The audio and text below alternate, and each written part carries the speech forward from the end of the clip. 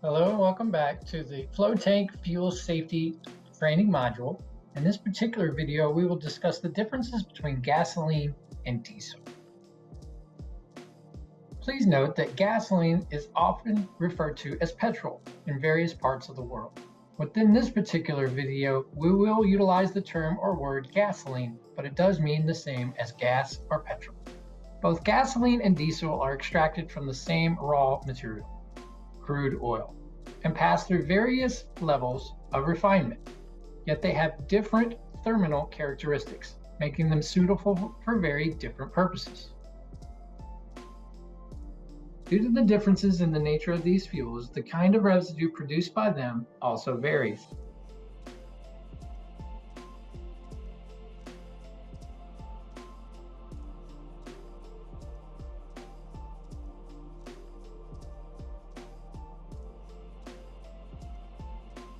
So is there really a better fuel between diesel and gasoline?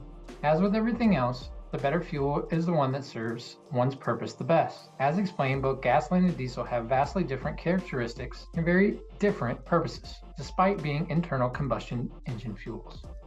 At the same time, both have their own pros and cons, so a distinct answer to this question must be based upon the need.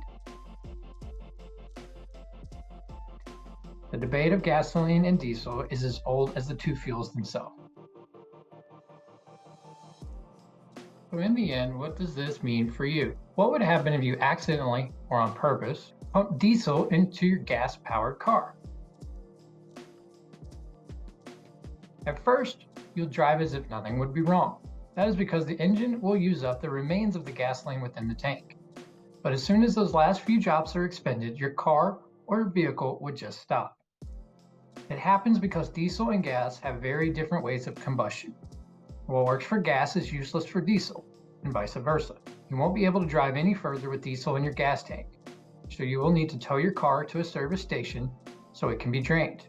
Don't worry though, since the engine doesn't work, no damage is usually done to the internal of your car. But if draining doesn't help, you should prepare yourself to shell out a hefty sum for disassembly of the engine and putting it back together again, dry and just like new. If the opposite happens, however, where you fill a diesel tank with gasoline, things get even worse. You see, diesel isn't just fuel, it's also a lubricant, a quality in which gasoline does not have.